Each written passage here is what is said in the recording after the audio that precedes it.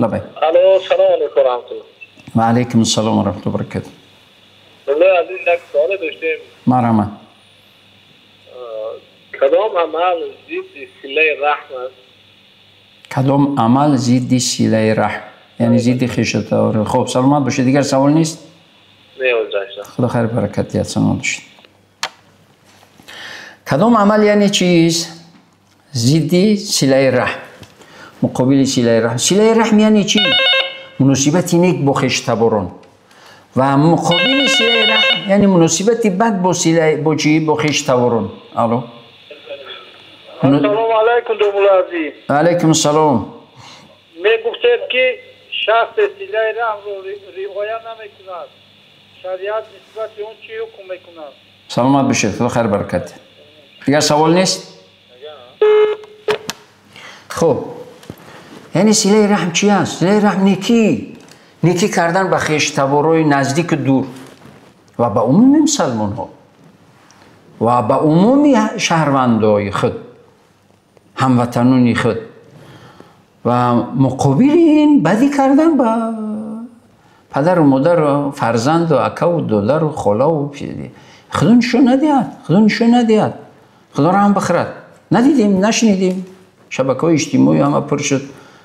فرزند خود رو برای یک پولی نوچیز یعنی چقدر ضرب و لط و دیگر. انسان باید که یعنی یک واقعیت بگویم، همین دنیا با همش هیچ ارزش ندارد. بالاگاه همین ریاست فتوای ما بعضی میگویند دعوا در مسئله میراث. من چند تایش رو دعوت کردم، گفتم برادری عزیز، همین پدرت چند ساله رفت؟ 60 ساله. چی برد؟ با پدرتون چی بردید دفن کردید؟ کفن. خیلی یک کفنی که نه کیسه دارد، نه جیب دارد، نه مول دارد، نه هیچ چیز ندارد. بردید که او همین به خاطر چور پول و پیسه، اینه بگذار 100,000 هم باشد، بگذار میلیون هم باشد، او نخواد که شما فرزندان یک پدر یک مادر با هم دعوا کنید تا اداره رسمی جمهوریوی ریاست فتوای مرکز اسلامی سازش نکنید. او نمیبینید، یا بر فکر نمیکنید که همین مال اموال کو از پدر. او پدر چی برد؟ حتی خوردن نتوانست، حتی پوشیدن نتوانست، یا نپوشید نخورد به خاطر شما که فرزندانم بخرند بپوشند. شما دعوا میکنید. کجا از این عقل فراست؟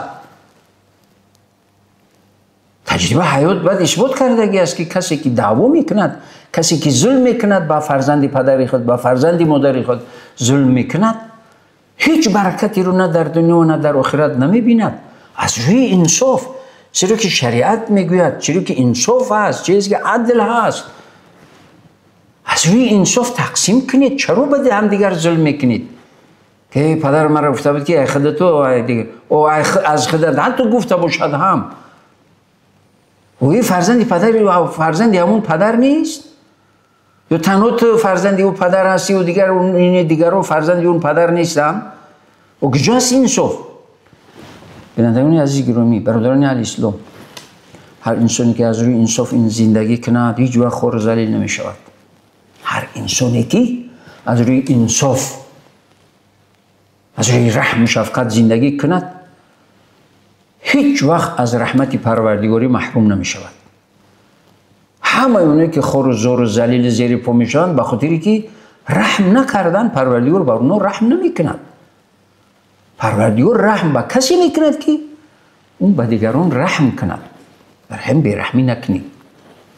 یعنی نیکی به خویشتوار صله رحم است و بدی به چیز؟ بدی به خویشتوار قطع صله رحم است، حرام است. صله رحم یکی از واجبات دینی هست، سبب خوشنودی پروردگار و داخل شوی جنت می شود برای هر مسلمان. ببینید انسان چی دارد؟ همین دنیا میاد همه لوچ اوریان میآید، هیچی ندارد، حالا میرود هیچی نمیبرد. این دنیا اگر که چندی هم که نباشد هیچ سزاوار دعوا و جنجال و خرخشه و خفه کردن، خفه شدن ندارد. حتی به انصافی هم کردن باید انسان انصاف کند. لبه. الو. آواز نمیاد. الو. برای همین انسان باید که انصاف کند. مسلمان باید با انصاف باشد. انسان مسلمانی که انصاف کند هیچ وقت خور نمیشود. در مد اولی نظر بگیرید. مسلمانی که دویم انصاف میکند، گذشت میکند، هیچ وقت خور نمیشود. رو انیق بدونید. السلام علیکم حضرت مفتی. علیکم السلام و رحمت الله و برکاته. حضرت یک سوال داشتیم. او مرحمت. حضرت همین گفتن که گرفتن دست یتیم و بینوا آیا صله رحم هست یا نه؟ سلامت باشید. دیگر سوال نیست؟ به سلامت باشین حضرت. خدا خیر برکت دهد. یعنی یکی از معنای صله رحم کردن. تمام. صله یعنی وصل، پیوست کرد، پیوست بدن در چیز. دویم در مناسبت، در علاقه بدن با خویشاوندان، چی نزدیک چی دور. حالا در عموم رحم کردن به یتیم، به بیچاره، به بینوا، به بیمار. لیکن اونایی که دیگران یعنی بیگانگان دستی کمک دراز کند و به خویشاوندان خود اهمیت ندهد، از یک طرف ثواب میگیرد، از طرف دیگر گناهکار میشود. هم به خویشاوندان نزدیکی خود، هم به خویشاوندان دوری خود، هم به خویشاوندان طرف پدری خود، هم به خویشاوندان طرف مادری خود. ولی بعضی رو میبینید فقط یک طرفی خویش میگیرد، اون طرف دشمن، گویا که عمک بچه‌ها دشمنش باشند. نه، خیلی نیست. مسلمان چنین رفتار نمیکند. مسلمان باید عدالت رو دائم رعایت کند.